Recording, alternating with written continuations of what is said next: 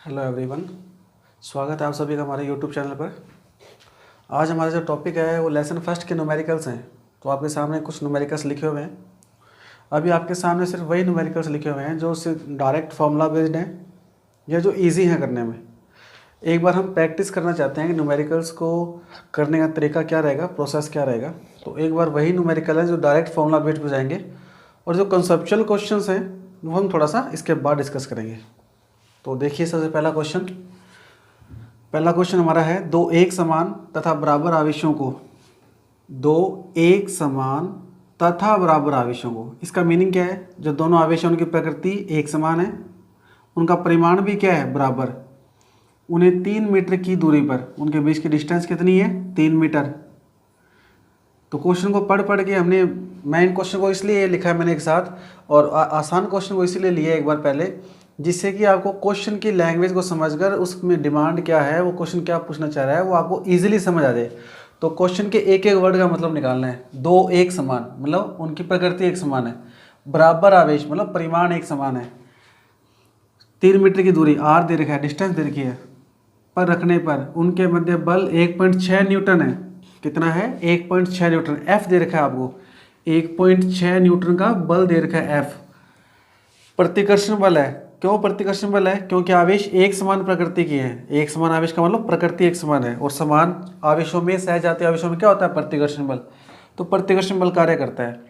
वो पूछ रहा है प्रत्येक आवेश का मान क्या होगा। तो आपके पास फॉर्मूला क्या होता है? सबसे पहले तो आप जो इसका आंसर है, उस आंसर को करने से पहले आप उसमें लिखिए गिवन क्या है आपको गिवन है Q1 is equal to Q2, परिमाण एक समान है, तथा प्रकृति भी क्या है? एक समान।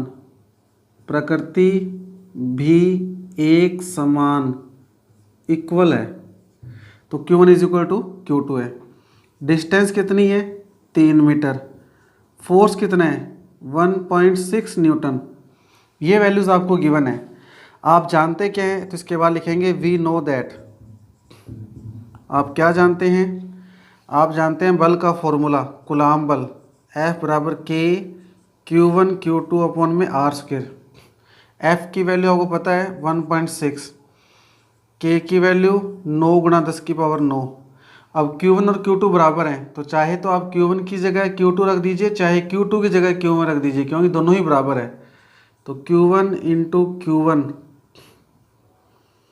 अपॉन में R 3 और इसका स्क्वायर। तो देखिए क्या होगा, मैं इस वैल्यू को यहाँ सॉल्व कर रहा हूँ।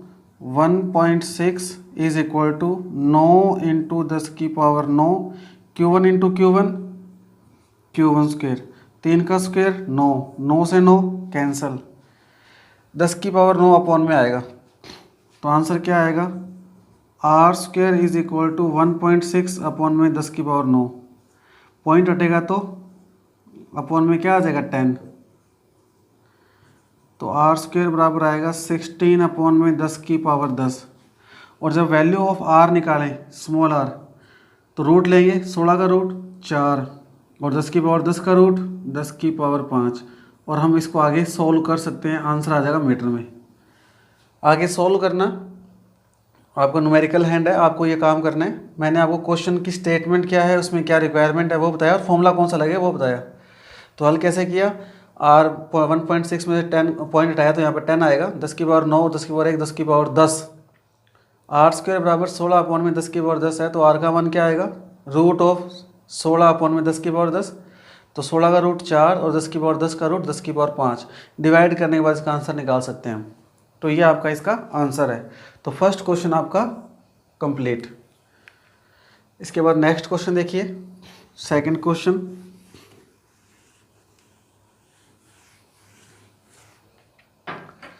सेकंड क्वेश्चन है, दो आवेशों के मध्य बल F है। कितना बल है? F। उनके मध्य की दूरी को 3 गुना कर दी जाए, तब आवेशों के मध्य नया बल क्या होगा? तो फॉर एग्जांपल, पहले दो आवेश हैं Q1 और Q2, उनको एक दूसरे से स्मॉल r दूरी पर रखा गया है, तो उनके मध्य लगने वाला जो बल है वो F1 मान लेते हैं। कितना है?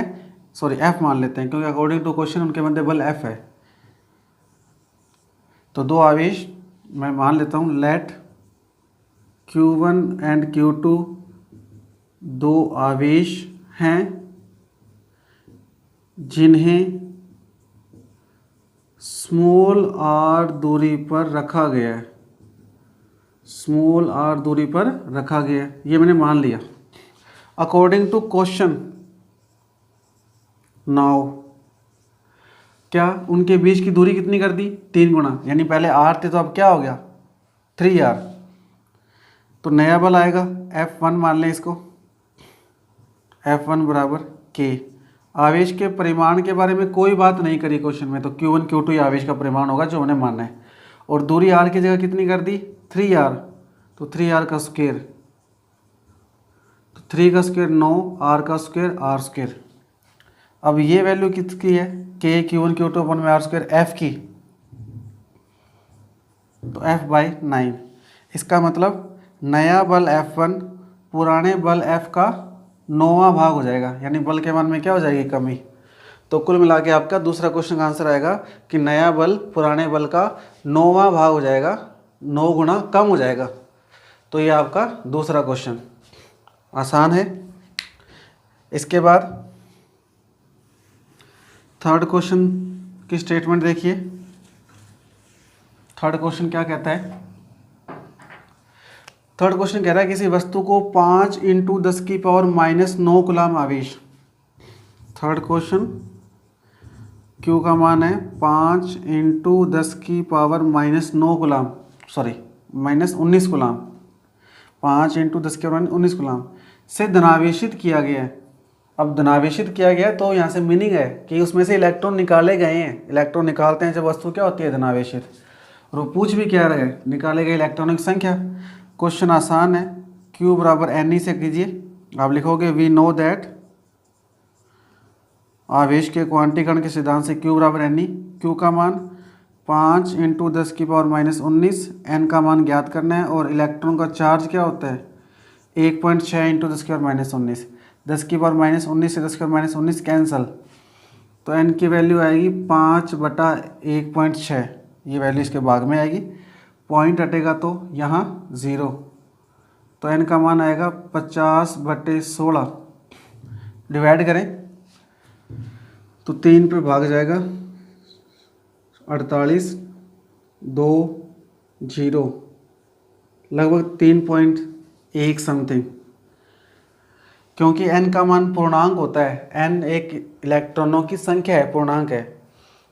तो अगर ये 3.5 या उससे ज़्यादा होता तब तो हम इलेक्ट्रॉन की संख्या मान लेते 4, और ये 3.5 से कम है, इसलिए n का मान पूर्णांक होता है, इसलिए हम इलेक्ट्रॉन की संख्या मान लेंगे 3।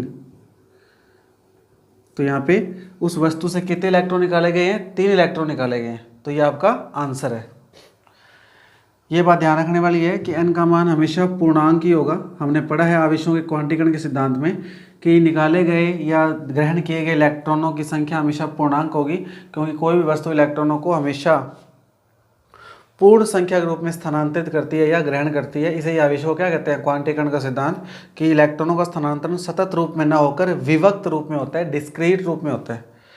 तो ये आंसर जो आ रहा है, अगर ये 3.5 या उससे ज़्यादा होता तो स्थानांतरित किए गए इलेक्ट्रॉन संख्या 4 होती, और ये आंसर 3.5 से कम रहेगा, इसलिए n का मान क्या मान लिया? 3 इलेक्ट्रॉन। तो आप लिखेंगे अतः वस्तु को धनावेशित करने के लिए उसमें से 3 इलेक्ट्रॉन निकाले गए हैं। उम्मीद करता हूँ ये क्वेश्चन भी आपको समझ आ गया होगा आंसर इसका। नेक्स्ट देखिए क्वेश्चन नंबर 4। यदि दो आवेशों के मध्य कांच की प्लेट रख दी जाए। अब दो आवेश मान लेते हैं Q1 Q2, उनके मध्य बल होगा बराबर K Q1 Q2 अपन में r², और K का मान आपको पता है 1/4πε0। अब कांच की प्लेट रख रहे हैं। अब कांच की प्लेट रख रहे हैं तो कांच एक माध्यम है, और हमने पढ़ा था जब किसी आवेशों को किसी निर्वात से उठाकर किसी माध्यम में रख देते हैं जिसकी विद्युतशीलता एप्सिलॉन हो, तो नया बल जो माध्यम में होता है वो F/εr, अर्थात माध्यम में स्थित बल का मान निर्वात की तुलना में εr गुना कम हो जाता है। तो पूछ रहा है कांच की प्लेट रख दी जाए। कांच की प्लेट का मतलब यहाँ पर माध्यम से है, और कोई माध्यम रखेंगे तो उनके मध्य जो लगने वाला बल है पूर्व की तुलना में क्या होगा? कम होगा। तो आप लिखोगे कांच की प्लेट अर्थात माध्यम रखने पर उनके मध्य लगने वाला बल पूर्व की तुलना में एप्सिलॉन आर गुना कम हो जाएगा। और साथ में इसका आंसर अर्थात एफ एम बराबर एफ अपॉन में एप्सिलॉन आर। एफ एम माध्यम में बल है और एफ निर्वात में बल है, तो माध्यम में बल निर्वात के बल की तुलना में एप्सिलॉन आर गुना कम हो जाएगा। ये हमने डेरिवेशन जब किया था कूलाम का नियम का, उस समय हमने इसके बारे में स्टडी की थी। तो इस प्रकार से न्यूमेरिकल में जो मेन बातें हैं उसको अंडरलाइन करके सर्कल करके जो पूछा जा रहा है कॉन्सेप्ट जो आपने पढ़ा है उससे मैच करके आंसर दे सकते हैं, आसान हो जाता है। आगे क्वेश्चन क्या है, HCl अणु। अब HCl अणु है, इसका मतलब HCl अणु को तोड़िए आप तो H प्लस Cl- की बात हो रही है। इसका मतलब हाइड्रोजन एक इलेक्ट्रॉन त्यागा है और क्लोरीन ने एक इलेक्ट्रॉन ग्रहण किया है, मतलब एक इलेक्ट्रॉन का चेंज हुआ आपस में, एक इलेक्ट्रॉनों का क्या हुआ, स्थानांतरण। इसका मतलब ये हुआ कि इन दोनों पर जो उपस्थित आवेश है आयनों पर वो एक इलेक्ट्रॉन के आवेश के क्या है, बराबर। तो पांचवा जो क्वेश्चन है इसमें जो Q का मान होगा वो 1.6 इंटू 10⁻⁻19 कूलम के बराबर होगा। क्यों? क्योंकि एक इलेक्ट्रॉन का चार्ज तो इतना ही होता है। अब एक इलेक्ट्रॉन क्यों है? क्योंकि जब HCl अणु को तोड़ेंगे तो H प्लस और Cl- आएगा, यानी एक इलेक्ट्रॉन को इससे त्याग गया तो एक इलेक्ट्रॉन का धनावेश आ गया, और Cl- का मतलब है क्लोरीन ने एक इलेक्ट्रॉन ग्रहण कर लिया तो एक इलेक्ट्रॉन का क्या आ गया, ऋणावेश। तो दोनों पे जो चार्ज होगा उसका परिमाण तो एक इलेक्ट्रॉन के आवेश के बराबर होगा, यानी 1.6 इंटू 10⁻⁻19 कूलम। वो आगे बोल रहा है उसका द्विध्रुव आघूर्ण इतना है, कूलम इंटू मीटर। मात्रा से पता लग जाता है कि क्या दिया हुआ है, द्विध्रुव आघूर्ण, क्योंकि P बराबर Q इंटू 2D होता है, तो मात्रा कूलम इंटू मीटर होता है द्विध्रुव आघूर्ण का, यानी P दिया हुआ आपको 3.4 इंटू 10⁻30 कूलम इंटू मीटर। आयनों के बीच की दूरी क्या है? तो आयनों के बीच की दूरी पूछ रहा है, तो आप क्या लिखेंगे, वी नो दैट P बराबर Q इंटू 2D। P की वैल्यू आपके पास है 3.4 इंटू 10⁻30, Q का मान 1.6 इंटू 10⁻19 कूलम, और आयनों के बीच की दूरी 2D होती है। अब ये बात ध्यान रखने वाली है कि वो आयनों के बीच की दूरी पूछ रहे हैं, और आयनों के बीच की दूरी हमने पढ़ा था विद्युत द्विध्रुव के आयनों के बीच की दूरी 2D होती है। कई बार स्टूडेंट्स 2D की जगह D को डिफाइन कर देते हैं और 2 से डिवाइड कर देते हैं, लेकिन हमने जब कॉन्सेप्ट पढ़ा था तब आयनों के बीच की दूरी 2D ली थी, तो आप 2D लिखेंगे तो 2D ही डिफाइन करनी है आपको यहाँ पर। तो 2D की वैल्यू क्या आएगी, 3.4 इंटू 10⁻30 30 अपॉन में ये आएगा 1.6 इंटू 10⁻19, पॉइंट से पॉइंट कैंसिल, तो 2D 34 डिवाइडेड बाई 16, 10⁻30 और 10⁻19 ऊपर जाके क्या हो जाएंगे, प्लस के, तो प्लस के 19। तो आंसर क्या आएगा, 2D इज इक्वल टू 10⁻30 में से 10⁻19 कैंसिल हुए तो 10⁻−11, 30 में से 19 कैंसिल हुए तो प्लस के -11, और इसका डिवाइड करो तो 16 दूना 32, 2.1 समथिंग, और आंसर आएगा मीटर में। तो 2.1 इंटू 10⁻−11 मीटर। ठीक है, तो ये आपका कंप्लीट है क्वेश्चन। नेक्स्ट क्वेश्चन देखिए। नेक्स्ट क्वेश्चन वैसे तो हम कर चुके हैं, हमने एक बीच में कुछ न्यूमेरिकल्स किए थे जब आपको मैंने होमवर्क दिया था उससे पहले, तो वहाँ हमने कहा था कि एक क्वेश्चन 2 नंबर क्वेश्चन हमारा रह गया था इसी वीडियो में, उसमें हमने इलेक्ट्रॉन और प्रोटॉन के त्वरण फाइंड किए थे, उसको स्वतंत्र रूप से गिरा गया था, विद्युत क्षेत्र में गिराया गया था, तो उनके गिरने में लगने वाले समय का अनुपात पूछा था हमने वहाँ पर। तो वही क्वेश्चन ऑलमोस्ट मिलता जुलता है, एक इलेक्ट्रॉन और एक प्रोटॉन, एक इलेक्ट्रॉन की बात कर रहा है और एक प्रोटॉन की बात कर रहा है, समरूपी विद्युत क्षेत्र मतलब ई का मान समान है, उनके त्वरण का अनुपात क्या होगा। तो आप देखिए, आप लिखिए इसे, वी नो दैट F बराबर क्या होता है एम ए, और विद्युत क्षेत्र के कारण F बराबर क्या होता है क्यू ई। दोनों को इक्वल पुट करें तो एम ए बराबर क्या होगा क्यू ई। तो वैल्यू ऑफ ए क्या आएगा, वैल्यू ऑफ ए आएगा एक्सेलरेशन त्वरण आएगा क्यू ई अपॉन में एम फॉर इलेक्ट्रॉन, क्योंकि पहले उसने इलेक्ट्रॉन के बारे में बात की है। इन क्वेश्चंस में ये बात भी ध्यान रखने वाली होती है, क्योंकि जब ऑप्शनल क्वेश्चन करते हैं, एमसीक्यू क्वेश्चन करते हैं, मल्टीपल चॉइस क्वेश्चन जब करते हैं, तो वहाँ उसमें ऑप्शन दोनों दिए होते हैं, जो सही होता है वो और जो गलत होता है वो। पहले इलेक्ट्रॉन दिया है तो पहले इलेक्ट्रॉन का ही लिखना है, फिर प्रोटॉन का आएगा। और अगर पहले प्रोटॉन दिया हुआ है तो पहले प्रोटॉन का आएगा, फिर इलेक्ट्रॉन आएगा। तो ये चीज़ ध्यान रखने वाली है। इलेक्ट्रॉन के लिए क्या बनेगा, A E is equal to E upon में एम ई। ई का मतलब है इलेक्ट्रॉन के लिए, इलेक्ट्रॉन का चार्ज विद्युत क्षेत्र एक समान है इसलिए ई रहेगा, और एम ई का मतलब इलेक्ट्रॉन का द्रव्यमान। For proton A P is equal to E. Proton और इलेक्ट्रॉन का चार्ज बराबर होता है इसलिए ई, कैपिटल ई की जगह ई आएगा क्योंकि उसने बोला है समरूपी विद्युत क्षेत्र का मान एक समान है। अपॉन में आएगा एम पी, दोनों को डिवाइड करें तो ए ई अपॉन में ए पी जो डिवाइड करेंगे तो ई से ई, कैपिटल ई से कैपिटल कट जाएगा, एम पी ऊपर जाएगा।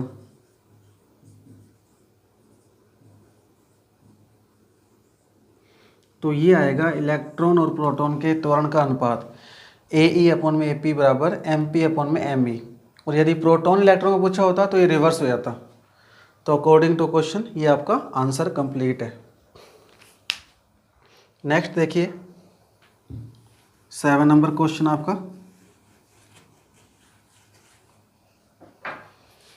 एक विद्युत द्विध्रुव की बात कर रहे हैं। समरूप विद्युत क्षेत्र, एक समान विद्युत क्षेत्र में रखने पर उस पर क्या क्या लगेगा से मीनिंग हमने स्टडी किया था। जब किसी विद्युत द्विध्रुव को एक समान विद्युत क्षेत्र में रखते हैं तो उस पर लगने वाला जो विद्युतीय बल होता है, परिणामी जो विद्युतीय बल होता है, एफ वेक्टर बराबर Q E vector minus Q E vector is equal to 0 होता है।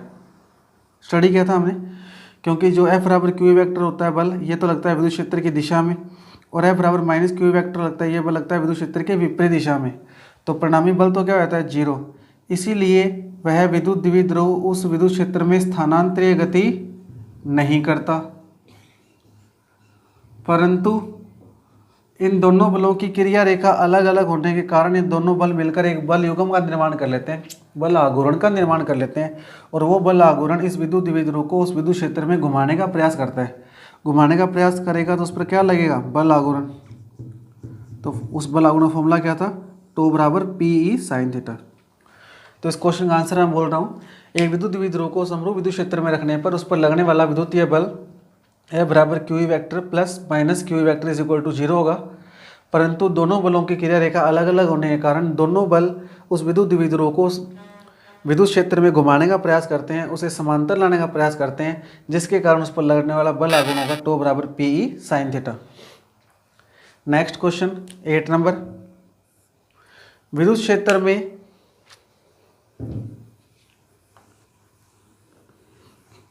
क्वेश्चन है, विद्युत क्षेत्र में विद्युत द्विध्रुव पर बल आघूर्ण अधिकतम होने के लिए पी वेक्टर व ई वेक्टर के मध्य कोण क्या होगा। आपको पता है किसी विद्युत द्विध्रुव पर जो विद्युत क्षेत्र में स्थित है उस पर लगने वाला बल आघूर्ण का मान क्या होता है, टो बराबर पी ई साइन थीटा। और हमने इसका जब कॉन्सेप्ट पढ़ा था तो उसमें हमने इसकी 3 विशेष स्थितियाँ पढ़ी थी, थीटा बराबर 0, थीटा बराबर 90 और थीटा बराबर 180। और आपको पता है कि थीटा बराबर 0 और थीटा बराबर 180 में साइन का मान 0 होता है, तो बल आघूर्ण का मान 0 आता है, न्यूनतम आता है। लेकिन हमने ये देखा था कि जब विद्युत क्षेत्र के लंबवत स्थित होता है विद्युत द्विध्रुव तो थीटा का मान 90 होता है और साइन 90 की वैल्यू होती है मैक्सिमम। तो टो का मान आया था पी ई मैक्सिमम, कब, जब थीटा क्या होगा 90। तो हम आंसर क्या लिखेंगे, जब कोई विद्युत द्विध्रुव विद्युत क्षेत्र के लंबवत स्थित है अर्थात पी वेक्टर व ई वेक्टर के मध्य कोण 90 डिग्री है, तो उस पर लगने वाला विद्युत द्विध्रुव आघूर्ण मैक्सिमम होता है और वो होता है टो बराबर पी ई। कंप्लीट है ये क्वेश्चन भी, केस में किया हुआ हम लोगों ने इसको, जब हमने इसका डेरिवेशन किया था, कॉन्सेप्ट इसका स्टडी किया था। 9 नंबर क्वेश्चन, एक इलेक्ट्रॉन व एक प्रोटॉन, क्वेश्चन में कह रहा है एक इलेक्ट्रॉन व एक प्रोटॉन के बीच की दूरी 1 एंगस्ट्रॉम है। डिस्टेंस आपको दे रखी है 1 एंगस्ट्रॉम। 1 एंगस्ट्रॉम का मतलब 1 × 10⁻⁻10 मीटर। वो कहता है निकाय का द्विध्रुव आघूर्ण क्या होगा। तो आपको पता है द्विध्रुव आघूर्ण क्या होता है, Q × 2D। 2D की वैल्यू आपको डिफाइन है, सॉरी ये 2D है, द्विध्रुव आघूर्ण है इसलिए विद्युत द्विध्रुव है। अब 2D की दूरी तो 1 × 10⁻10 मीटर है, Q का मान कैसे आएगा। तो सोचिए ये इलेक्ट्रॉन है ये प्रोटॉन है, इनके बीच की डिस्टेंस 2d आपको गिवन है, तो इलेक्ट्रॉन और प्रोटॉन का चार्ज तो आपस में बराबर ही होता है, और वो चार्ज कितना होता है 1.6 इंटू 10⁻⁻19। विद्युत द्विध्रुव क्या होता है, दो समान परिमाण समान होता है इलेक्ट्रॉन प्रोटॉन का। प्रकृति क्या होती है विपरीत, इलेक्ट्रॉन नेगेटिव प्रोटॉन पॉजिटिव। अति अल्प दूरी पे स्थित हो तो विद्युत द्विध्रुव का निर्माण करते हैं, वही स्टेटमेंट है, तो P का मान आ जाएगा। कंप्लीट है क्वेश्चन। तो आंसर आएगा 1.6 इंटू 10⁻⁻29, 10⁻⁻19 और 10⁻⁻10, 10⁻⁻29, 1.6 इंटू 1.6, तो आंसर आएगा 1.6 इंटू 10⁻⁻29 29 कूलाम इंटू मीटर। तो 9th क्वेश्चन भी आपका कंप्लीट है, आसान है क्वेश्चन। 10th क्वेश्चन देखिए। 10th क्वेश्चन आपके पास, एक विद्युत द्विध्रुव के कारण, तो यहाँ विद्युत द्विध्रुव की बात कर रहे हैं, समान दूरी इक्वल डिस्टेंस के लिए अनुदैर्ध्य अक्ष और अनुप्रस्थ अक्ष। अब ये बात आपको ध्यान रखनी है, एक विद्युत द्विध्रुव है और दूरी का मान एक समान है, मतलब जो दूरी अक्ष पर ली है बिंदु P की, वही दूरी निरक्ष पे ली है, सेम डिस्टेंस है। सबसे मेन बात तो ये चीज़ क्या है, अनुदैर्ध्य और अनुप्रस्थ। अनुदैर्ध्य अक्ष का मतलब तो है अक्ष और अनुप्रस्थ का मतलब है निरक्ष। मैंने आपको नाम बताए थे कि अक्ष को हम अनुदैर्ध्य अक्ष बोलते हैं, जबकि अनुप्रस्थ अक्ष को लंबवत अक्ष, निरक्ष, भूमध्य अक्ष, विषुवतीय रेखा या विषुवत तल बोलते हैं। तो इन वर्ड्स का मीनिंग समझना है। अक्ष पे उत्पन्न तीव्रता क्या होती है,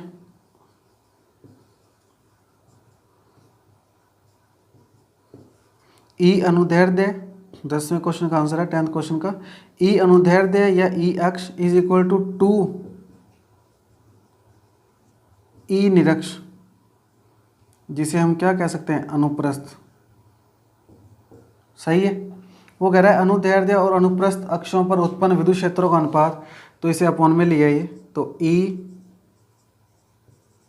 अनुदैर्ध्य अपॉन में ई अनुप्रस्थ इज इक्वल टू,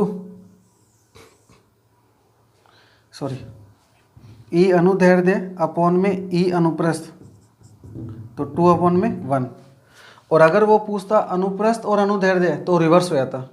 तो हम जानते हैं ई अक्ष इज इक्वल टू 2 ई निरक्ष। ई निरक्ष को अनुप्रस्थ बोलते हैं और ई अक्ष को अनुदैर्ध्य बोलते हैं। अनुदैर्ध्य और अनुप्रस्थ का पूछा था अनुपात, तो अनुदैर्ध्य बटे में अनुप्रस्थ, तो 2/1। तो ये आपके 10वें क्वेश्चन का आंसर। तो कुल मिलाकर आज हमने 10 क्वेश्चन किए हैं।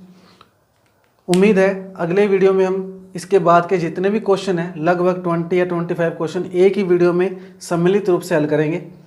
तो हम धीरे धीरे क्वेश्चन का जो लेवल और हार्ड जो लेवल है, जो इसका कठिनाई का स्तर है, वो हम धीरे धीरे इंक्रीज करेंगे। तो आज हमने वही क्वेश्चंस किए हैं जो आसान हैं और जिन क्वेश्चन को हम डायरेक्ट फॉर्मूला बेस्ड कर सकते हैं, जो डायरेक्ट कॉन्सेप्चुअल हैं। अब धीरे धीरे इसका जो लेवल ऑफ टफ है, इसका जो कठिनाई का स्तर है, वो हम बढ़ाएंगे। और कल उम्मीद है कि हम 25 क्वेश्चन का एक पूरा कंप्लीट 1 घंटे का सेट लेके आएंगे। तो आप सभी का बहुत बहुत धन्यवाद। ऐसे ही बने रहें हमारे साथ और हमारे वीडियो को पसंद करने के लिए आपका बहुत बहुत धन्यवाद। और अगर आपका इससे संबंधित कोई क्वेश्चन हो, कोई कमेंट हो, कोई क्वारी करना चाहते हैं, तो आप कमेंट बॉक्स में कमेंट करके पूछ सकते हैं। धन्यवाद।